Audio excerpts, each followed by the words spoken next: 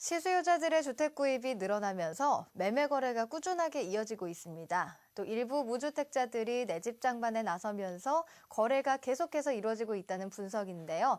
하지만 전년 동월 대비로는 2달째 감소하는 등 주택 매수세가 소강 국면에 진입하고 있다는 신호도 나오고 있습니다. 주택시장이 상승세를 접고 조정기로 진입하고 있는 것은 아닌지 진단해 보도록 하겠습니다. 정기용 해설위원 함께했습니다. 안녕하세요. 네, 안녕하십니까? 네. 올해 주택 매매 거래 건수가 벌써 100만 건을 넘어섰는데요. 주택 구입 열기가 아직도 식지는 않은 것 같습니다. 어떤가요? 네, 지난 10월 주택 매매 거래량을 보면 10만 6천 건이었습니다. 이것은 전년도 10월에 비하면 사실 2.8% 감소를 했지만 9월에 비하면은 23.4%가 증가한 수치가 되겠습니다. 사실 9월에는 추석 연휴가 있었기 때문에 아마 이제 가을 이사철 수요와 맞물려서 10월에 더 많은 거래가 있었지 않은가 이렇게 생각이 되고요. 네. 1월부터 10월까지 누적치를 보면 총 100만 건이 이제 넘어섰습니다. 이 100만 건은 작년도 같은 기간보다 무려 22.5%가 증가를 한 것인데요. 이것은 작년 한 해 동안 거래된 총 건수와 거의 동일하다 이렇게 볼 수가 있습니다. 네. 결론적으로 금년에 전체적으로 상당히 큰 폭으로 이 거래량이 늘었다. 그러나 최근 들어서 그 감소세 양상을 좀 보이고 있다. 이렇게 요약할 수 있겠습니다. 네, 상당히 거래폭이 많이 올해 들어서 늘은 것 같은데 또 지역별로 좀 나눠봐야 될 필요가 있을 것 같습니다. 수도권, 비수도권에 나눴을 때 수도권은 거래가 꽤 늘었는데 또 지방은 그렇지 않았거든요. 이유가 어떤 게 있을까요? 네, 이제 수도권하고 지방하고 이 차별화가 되고 있는데요. 10월에 수도권은 전년도에 비해서 한 3.6%가 거래량이 증가를 했습니다. 그런데 지방 오히려 9.2%가 감소를 했습니다. 네. 누적치, 그러니까 금년 1월부터 10월까지 보아도 수도권은 전년도보다 36.3%나 큰 폭으로 증가를 했는데 지방은 10.6% 상승하는 거에 그쳤습니다. 그래서 이제 수도권은 거래량이 많이 늘었고 지방은 거래량 그 증가폭이 상당히 줄어들고 있다 이렇게 볼 수가 있는데 그 이유는 그 수도권은 최근에 극심한 그 전세난 때문에 실수요자들이 대거 이제 주택 구입으로 전환을 해서 그 거래량이 늘은 것이 아닌가 이렇게 분석이 되고요.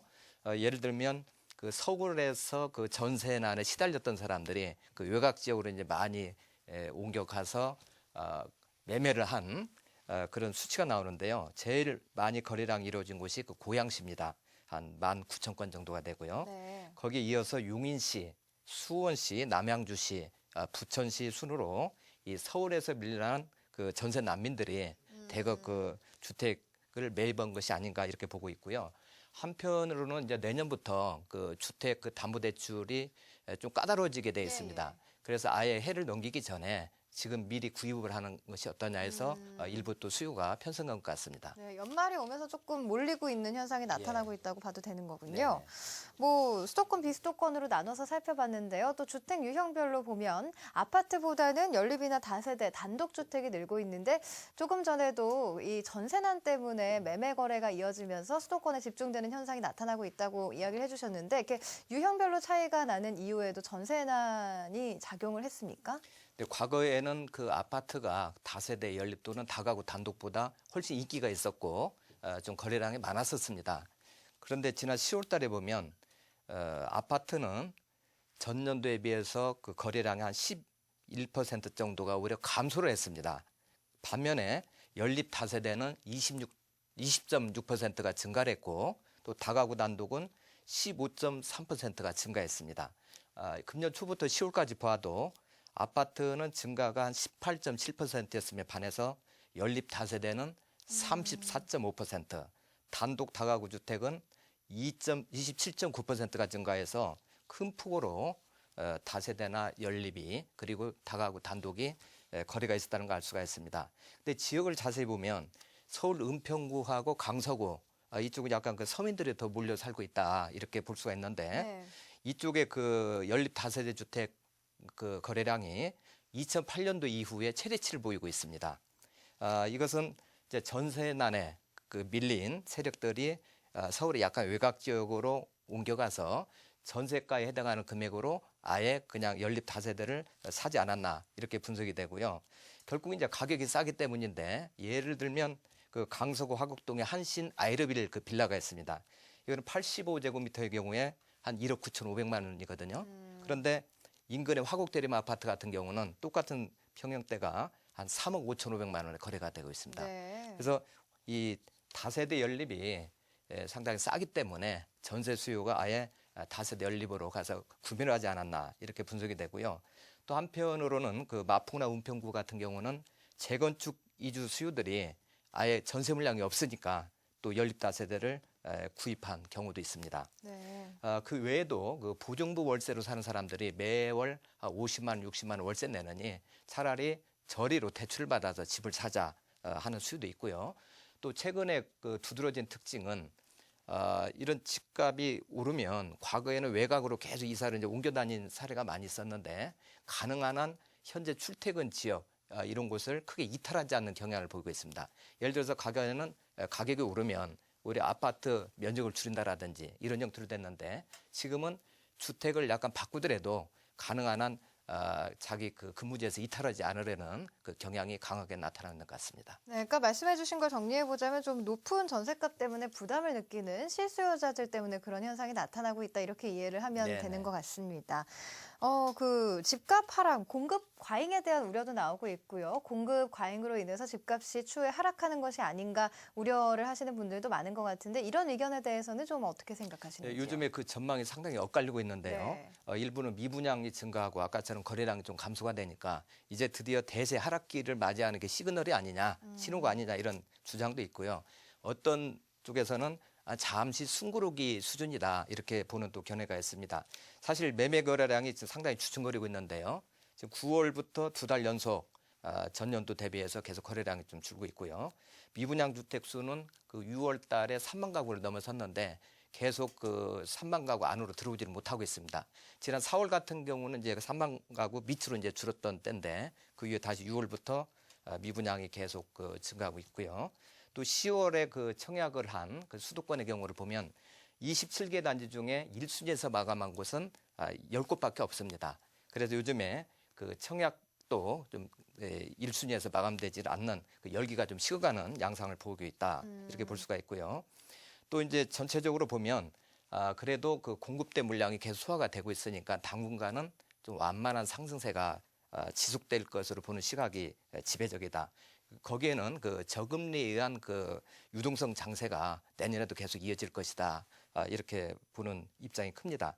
그러나 반면에 그 대출 규제가 이제 또 강화가 되니까 내년부터 금년까지는 그 수요가 또 연말까지 빨리 그 매매를 하는 수위로 갈아탈 수가 있고요. 그렇지만 전반적으로 미국 금리가 이제 인상이 될 것이다 이렇게 보고 있고 아울러서 우리도 금리가 약간 인상되지 않겠는가 이런 부분은 공급과잉 지역에서는 일부 좀 충격이 올 수도 있는 그 지역별로는 약간 문제가 발생하는 것도 있을 것이다 볼 수가 있고요. 지난 16일 그 국토부 그 장관이 그 발표한 내용을 보면 이제 그 시장에 약간 그 과열 조짐이 있다 이런 걸 이렇게 발표를 했습니다. 네. 정확한 표현을 보면 주택 공급에 과잉 우려가 있고 이 분양이 과열되는 양상도 보이므로 문제되는 곳이 없는지 예의주시하겠다. 이것은 이제 뭔가 좀 뜨겁게 느끼고 있다라는 것이죠. 그래서 주택 시장은 급등도 없고 급락도 없어야 한다. 즉 불씨를 꺼뜨려서도 안 되고 불이 활활 타도 안 된다. 이렇게 말씀하셨습니다. 그래서 앞으로 시장은 완만한 상승세가 어느 정도 예상이 되지만 급락이나 급등도 없을 것으로 보는 것이 정확할 것 같습니다. 네, 뭐 우려를 해야 될 만한 상황이긴 하지만 이렇게 걱정한 것처럼 아주 큰 그런 상황이 오지는 않을 거라고 예상을 하시는 것 네. 같습니다. 뭐 주택시장 호황 국면이 조금 막바지에 다다르고 있는 게 아닌가 하는 생각도 드는데요. 뭐 주택 거래가 이어지고 있기는 하지만 1년 전과 비교했을 때는 2달 연속 좀 감소했잖아요. 네. 어떻게 보십니까? 집값 그 오름세 둔화와 이제 성수기로 분류되는 가을 이사철 그 매매 전세 거래가 점점 감소를 하고 있습니다. 그래서 일부 실거래 가격도 좀 떨어지는 그런 결과를 보이고 있는데요. 수도권 같은 경우는 아파트 상승률이 지난 1월부터 9월까지 0.1%씩 꾸준히 올랐습니다. 그런데 10월에 이제 좀 급락을 했고요. 이것은 비수기인 8월보다 좀 낮다. 그래서 시장에 약간의 그 불안 요소로 작용을 하고 있습니다. 또 여기에 이제 주택담보대출이라든지 특히나 이제 정부가 주택담보 그 집단대출, 신규 분양에 대한 그 집단대출도 좀 많이 이제 규제를 하겠다. 그러면서 심리적으로도 좀 시장이 식어갈 수도 있지 않는가 이렇게 보고 있습니다. 네, 그 조정 국면에 들어간다면요, 주택시장이 그 시점을 언제로 좀 예상을 하시는지요? 지역마다 좀 차별화를 해서 그 예상이 가능할 것 같은데요. 지금 현재는 이제 기존 주택시장, 신규 분양시장 모두 다 그 가격 상승이라든지 공급 과잉에 대한 그 피로감이 좀 누적돼 있는 상태라고 볼 수가 있겠습니다. 네네.